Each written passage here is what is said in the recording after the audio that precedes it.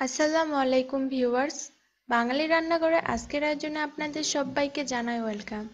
আজ আমি আপনাদের সামনে খুবই সহজ কিন্তু অসম্ভব মজাদার একটি রেসিপি নিয়ে হাজির হয়েছি। এটি হলো সুজির পায়েস। চলুন শিখে নেই কিভাবে তৈরি করতে হয় সহজ কিন্তু মজাদার এই রেসিপিটি। এজন্য প্রথমে চুলায় আমি একটা প্যান বসিয়ে সেখানে 2 টেবিল চামচ পরিমাণে ঘি দিয়ে নিয়েছি। অবশ্যই চেষ্টা করবেন ঘিয়ে রান্না করার জন্য, কারণ ঘিয়ে সুন্দর একটা ফ্লেভার আসে। আর ঘি না থাকলে সয়াবিন তেল ইউজ করতে পারেন।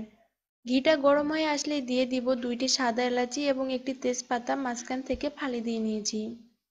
এই দুইটি একটু ভেজে নিব যতক্ষণ না সুন্দর একটা ফ্লেভার আসে।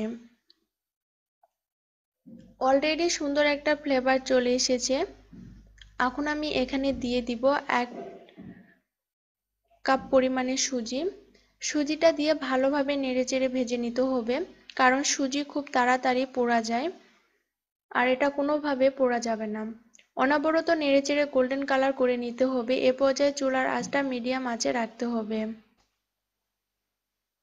অনবরত নেড়েচেড়ে আমি সুজিটা ভেজে নিয়েছি, অনেকটা গোল্ডেন কালার চলে এসেছে। আমি কিছুক্ষণের জন্য সুজিটা ঠান্ডা হতে দিয়েছিলাম আর সুজিটা ঠান্ডা হয়ে গিয়েছে। এখন এখানে দিয়ে দিব 1 কাপ পরিমাণে চিনি। আপনারা আপনাদের স্বাদ অনুযায়ী কমিয়ে বা বাড়িয়ে নিতে পারেন।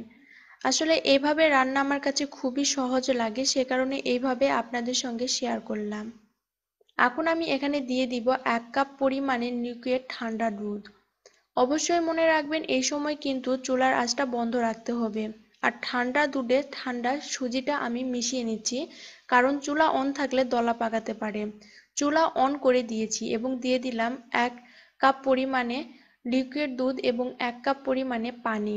টোটাল এখানে 2 কাপ পরিমাণে দুধ এবং 1 কাপ পরিমাণে পানি ইউজ করলাম। চুলার আঁচটা মিডিয়াম আঁচে রেখে অনবরত নেড়েচেড়ে রান্না করতে হবে। আমার সুজিটা অলরেডি চলে এসেছে। এরকম অবস্থাতে সুজিটা নামিয়ে নিতে হবে, তা না হলে ঠান্ডা হলে এটি আরো বেশি শক্ত হয়ে যাবে। অনবরত নেড়েচেড়ে আমার সুজিটা রান্না হয়ে গিয়েছে। এখন চুলা থেকে নামিয়ে পরিবেশন করে নিলে রেডি হয়ে যাবে অসম্ভব মজাদার এই রেসিপিটি।